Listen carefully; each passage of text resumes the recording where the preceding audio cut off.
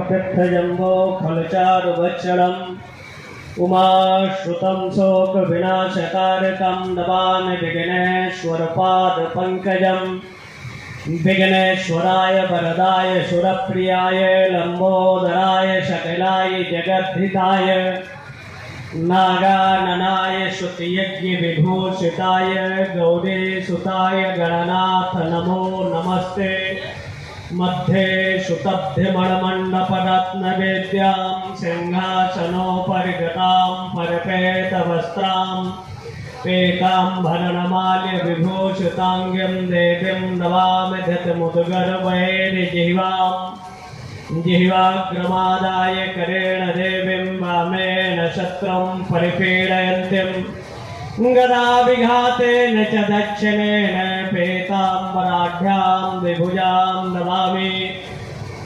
उपस्थित ग्रामीण पत्रकार एसोसिएशन के संस्थापक बाबू बलेश्वर नाथ की प्रतिमा के अनावरण के पावन अवसर पर वर्तमान प्रदेश अध्यक्ष, महामंत्री, उपाध्यक्ष, कोषाध्यक्ष एवं उत्तर प्रदेश के विभिन्न जनपदों से आए हुए अध्यक्ष, उपाध्यक्ष, मंत्री आदि समस्त पत्रकार बंधुओं, मंच संचालक जी एवं समाज के विभिन्न क्षेत्रों के आयामों में अपनी सेवा दे रहे समस्त महानुभाव वृंद, बाबू बलेश्वर नाथ जी का जन्म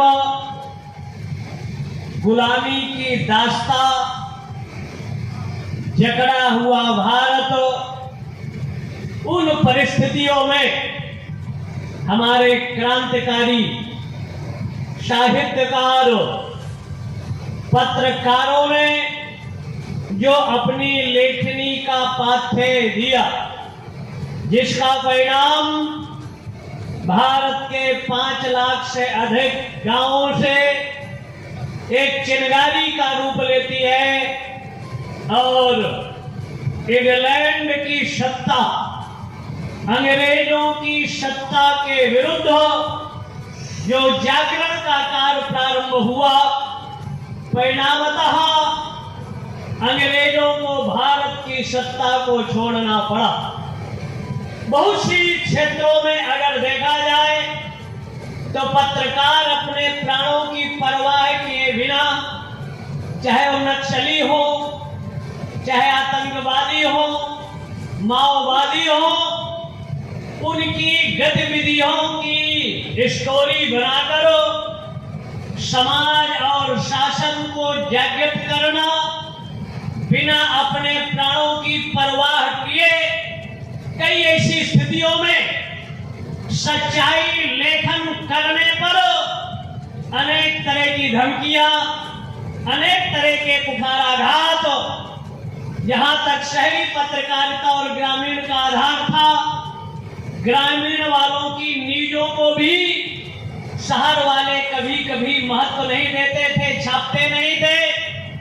लेकिन उन परिस्थितियों में बाबू बलेश्वर नाथ ने जयप्रकाश नारायण या राम मनोहर लोहिया जैसे संघर्षशीलों का आदर्श मानते हुए ग्रामीण पत्रकारिता की नींव रखकर पूरे प्रदेश के लोगों को संगठन में ताकत होती है, ऊर्जा होती है, और जो संगठन का उन्होंने नींव रखा, समाज को एक सूत्र में बांधा, परिणामतः लोग झुकते हैं और ग्रामीण पत्रकारिता की बातों को लेकर शासन प्रशासन भी वरीयता से लेते हुए आज उस पर अमल कर रहा है। अगर ये ताकत और ऊर्जा किसी की है, ये आपके संगठन की ऊर्जा है। संघे शक्ति कलो युगे, कलयुग में संगठन और एकता की बल रहा है। ऐसी परिस्थितियों में कहीं कहीं आज भी भ्रष्टाचार अपनी अनंत ऊंचाइयों के साथ शीर्ष पर पहुंचता है, प्रलोभनों का दौर चलता है, कहीं कहीं 1-2% ऐसे भी शहरी पत्रकार हैं कि फर्जी न्यूज भी छापते हैं। आज बात नहीं होती और उनके नाम से न्यूज छाप कर झगड़ा लगाने का भी काम करते हैं। दो तरह की पत्रकारिता रही। अगर 14वें मनवंतर के 28वें देवता की पत्रकारिता हम ले लें तो अयोध्या की पत्रकारिता छपती है, जहां राम का राज्याभिषेक का प्रश्न होता है, प्रातः नहीं होता, राम का वनवास हो जाता है। ये भी एक पत्रकारिता थी। और दूसरा पत्रकारिता हमारे हनुमान जी महाराज थे 14वें मनवंतर के 28वें देवता में 1,79,70,000 वर्ष पूर्व सीता जहां लंका में अपने प्राणों को छोड़ना चाहती है तो उन्होंने जो संवाद को वहां स्थापित किया, उनके प्राणों की रक्षा हो जाती है। और एक तरह से जो जागरण का काम हुआ और एक तरह से राम कथा के वक्ता के रूप में भी राम के पूरे इतिहास का वर्णन वहां 1-2 लंका की राक्षसियां नहीं होगी। लेकिन पत्रकारिता अकेले में, लेखनी में वो ताकत है जो ताकत एक 30 कार्बाइन 47 में नहीं है, तलवारों में नहीं है, बम में नहीं है, वो ताकत आपकी लेखनी में है। सामाजिक परिवर्तन, क्रांति का आधार आपकी लेखनी रही है। लेखनी के माध्यम से सत्ता का भी परिवर्तन अगर ले ले तो कभी चाणक्य ने चंद्रगुप्त मौर्य को तैयार करते हुए सत्ता को भी परिवर्तन को आधार बनाया था। फूस की झोपड़ी में रहने वाले कुशासन में बैठकर अपनी लेखनी के माध्यम से कुशासन को मिटाकर सुशासन की स्थापना का भी कार्य किया था। और ऐसी विषम परिस्थितियों में, हर युगों में, हर काल में ऐसे पत्रकारिता के रूप में नारद जी की भी गति होती है। चाहे वो देवलोक तक हो, 14 भुवनों का समाचारों का आदान प्रदान नारद जी के भी द्वारा होता रहा। और आज भी विषम परिस्थितियों में सामाजिक, आज सबसे ज्यादा समाज में जो योजनाएं आती है, रोड़ें आती है, बहुत से विकास का काम होता है, लेकिन उसका मानक और क्वालिटी नहीं है। सरकारें आएंगी लेकिन नियम कायदे वही हैं, व्यक्ति बदलता है, कायदे कानून नहीं बदलते, जिसका परिणाम आकंठ भ्रष्टाचार में डूबा हुआ शासन होता है। जब तक भारत से भ्रष्टाचार खत्म नहीं होता, पूर्ण शिक्षा से ओतप्रोत समाज नहीं होता, तो लेकिन कुछ विसंगतियां संवैधानिक हैं और उन विसंगतियों को दूर करने के लिए पत्रकारिताओं की एक पक्षपात रहित एक क्रांति की जरूरत है, जो लेखनी के माध्यम से सामाजिक परिवर्तन का आधार बनेगा। लेकिन अगर क्लर्क की नियुक्ति होगा, ड्राइवर की नियुक्ति होगा, प्रोफेसर की नियुक्ति होगा, एक एसआई का, सीओ का, इंस्पेक्टर का, आईजी, डीआईजी, उसके लिए योग्यता अनिवार्य है। लेकिन संविधान का बहुत बड़ा विद्वान कहा जाने वाला व्यक्ति, देश के लिए, शिक्षकों के लिए कानून बनाने वाला, आईएएस आईपीएस के लिए कानून बनाने वाला, प्रोफेसरों के लिए, न्यायपालिका के लिए, लेकिन ऐसा कानून बनाया कि इस देश का कानून मंत्री अंगूठा टेप हो सकता है। इस देश का जज सबके लिए योग्यता का आधार होता है, लेकिन कॉलोनियल सिस्टम से जजों का कोई मानक नहीं होता। इसलिए जजों के लिए भी योग्यता अनिवार्य होना चाहिए और मानवीय लोगों के लिए भी योग्यता अनिवार्य होना चाहिए। जब योग्यता का, क्रांति का संचार आप लोग करेंगे तो जब योग्य शासक होगा तभी भ्रष्टाचार पर लगाम होगा। लेकिन देशद्रोही मानसिकता न्यायपालिका सजा देता है और जेलों में वीवीआईपी ट्रीटमेंट पाकर संवैधानिक कुछ ऐसी गड़बड़ियां हैं। व्यक्ति अगर अच्छा है लेकिन संविधान गड़बड़ है तो ऐसी परिस्थितियों में किसी के लिए कानून बन गया, हिंदू दान मंदिर अधिग्रहण यज्ञ, 4.5 लाख सनातनियों के मंदिरों को ले लिया गया। और भारत का संविधान डेमोक्रेसी, धर्मनिरपेक्ष और दूसरे धर्म मजहब के कोई उपासना स्थल नहीं लिए गए। अगर धर्मनिरपेक्ष तो एक वर्ग विशेष, समुदाय विशेष के धर्म स्थलों को आखिर सरकार क्यों लेती है? सबके लिए कानून एक होना चाहिए, चाहे इस्लाम हो, चाहे ईसाईयत हो, चाहे हिंदू हो, चाहे मुस्लिम, जितने भी मत मजहब है, कानून सबके लिए एक हो। कानून आपके लिए बना दिया गया कि एक शादी और 2 बच्चे ही अच्छे। और आज वही नेता कहते हैं जिसकी आबादी जितनी उतनी भागीदारी। तो अगर सबके लिए एक शादी 2 बच्चे का कानून होना चाहिए, समान शिक्षा नीति सबके लिए एक होना चाहिए, लेकिन ब्यूरोक्रेट और नेताओं के बच्चे विदेश में पढ़े और इस देश के ग्रामीण क्षेत्रों के लोग सरकारी शिक्षा के केंद्रों में पढ़े, इसलिए समान शिक्षा नीति इस देश के लिए जरूरी है। क्यों? अगर भारतीय शिक्षा प्रणाली एक जैसे हो जाए तो हम आईएएस, डॉक्टर, इंजीनियर, प्रोफेसर जहां 5 साल 7 साल में बनते हैं, अगर भारतीय शिक्षा प्रणाली, भारतीय शिक्षा भारतीय भाषा में होने लगे तो 3 साल के अंदर प्रोफेसर, 3 साल के अंदर डॉक्टर, 3 साल के अंदर आईएएस, आईपीएस बन सकते हैं। 7 से 9 साल उसमें नहीं लगेगा। लेकिन बहुत सी प्रणालियां हैं जो आज भी लंदन के पैटर्न पर चलती है, विदेशी दास्ता के पैटर्न पर चलती है। भारत क्या दुनिया 22 तारीख के बाद 13 दिन का आषाढ़ का पक्ष प्रारंभ होगा, जो महाभारत के काल में हुआ था, जिसमें 13 दिन का पक्ष था। महाभारत की विभीषिका भारत के कुरुक्षेत्र में हुई। दूसरी तरफ इजराइल और हमास, यूक्रेन और एक तरह से रूस, और इधर ताइवान को चाइना ने घेर रखा है, और एक तरफ विश्व युद्ध का वातावरण निर्मित हो रहा है।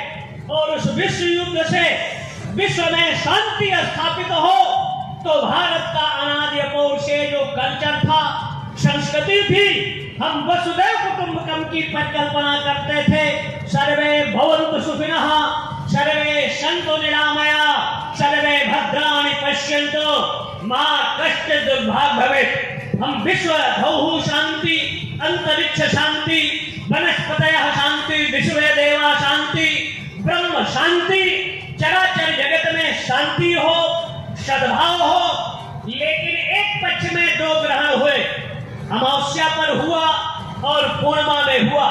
तो ज्योतिषी खगोलीय घटना के आधार पर पृथ्वी रुधिरेण जलेनया, पृथ्वी में या रुधिर का रक्तपात होगा या जल से अप्लावित होगा। लेकिन प्रकृति, भारत में कोई ज्यादा क्षति होने वाली नहीं है। भारत का अमन चैन दुनिया में, अगर आज भी दुनिया के लोग भारतीय कल्चर और संस्कृति को अपने जीवन में अपनाएं तो हम विश्व जहां अणु परमाणु के मुहाने पर खड़ी है, अशांति के पथ पर अग्रसर है, लेकिन भगवान कृष्ण ने गीता के माध्यम से कर्मयोग को प्रधानता देते हुए कर्मण्येवाधिकारस्ते मा फलेषु कदाचन, कर्म को उन्होंने परिता दिया, प्रधानता दिया। तो हम अपनी लेखनी के कर्म के माध्यम से सच को जब उजागर करते हैं, सच जब समाज में प्रबल होता है, प्रखर होता है, किसी कोठरी में हजारों साल का अंधकार हो, एक छोटा सा दीपक जलाने से वो जन्म जन्मांतर, कल्प कल्पांतर, युग युगांतरों का अविद्या अंधकार मिटता है।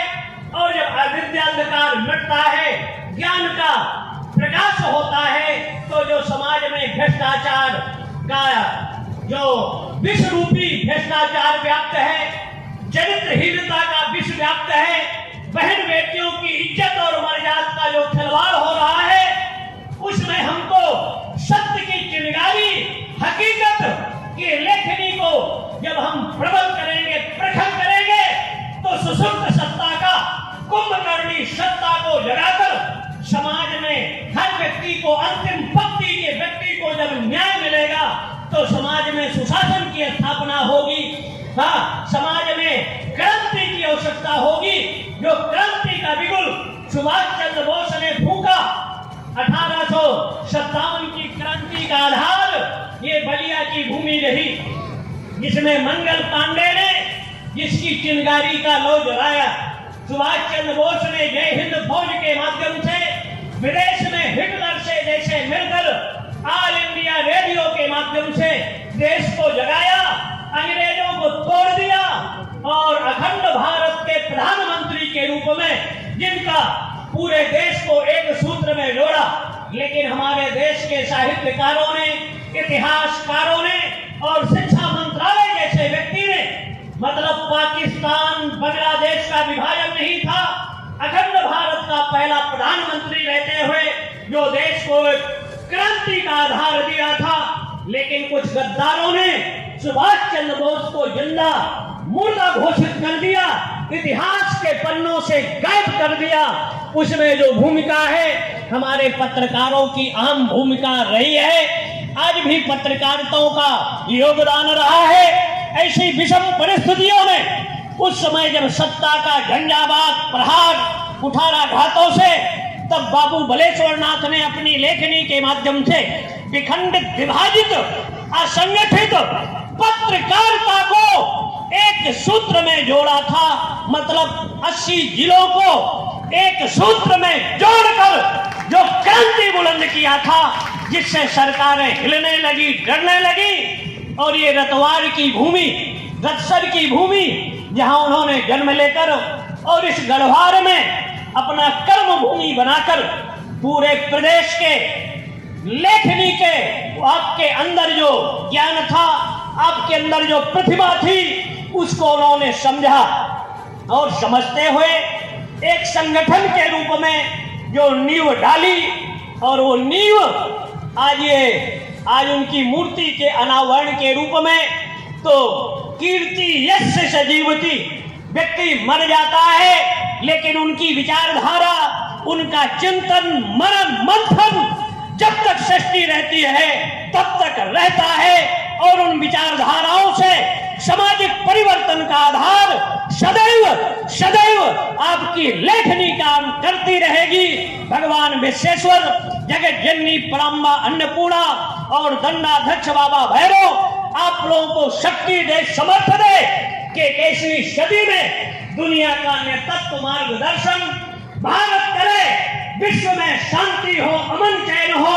इन्हीं मंगल कामनाओं के साथ, जहां एक तरफ कश्मीर अशांत है, जब यात्री तीर्थ यात्री जाता है तो घेर कर बस पर गोली मारी जाती है, मणिपुर अशांत है और हम पड़ोसियों से लड़ने का दिवा स्वप्न देखते हैं। अगर जरूरत किसी स्टेट में हो, किसी जिले में हो, तो जल सेना, थल सेना, वायु सेना विमानों को लगाकर देशद्रोही की चिंगारी, जो मानवता का कत्लेआम कर रहे हैं, बेगुनाहों का रक्तपात कर रहे हैं, आर्मी को लगाकर ऐसे देशद्रोहियों को जमीन के अंदर गाड़ देना चाहिए, उनका अंत कर देना चाहिए, जिससे भारत का अमन चैन शांति सद्भाव बना रहे। उनके साथ मुर्गा बिरयानी, जेलों में वीवीआईपी ट्रीटमेंट नहीं देना चाहिए। और ये तभी संभव होगा जब आप अपनी लेखनी को चलाएंगे, सत्ता जागृत होगी, तभी भारत भारत होगा। दुनिया का नेतृत्व और मार्गदर्शन हम करेंगे।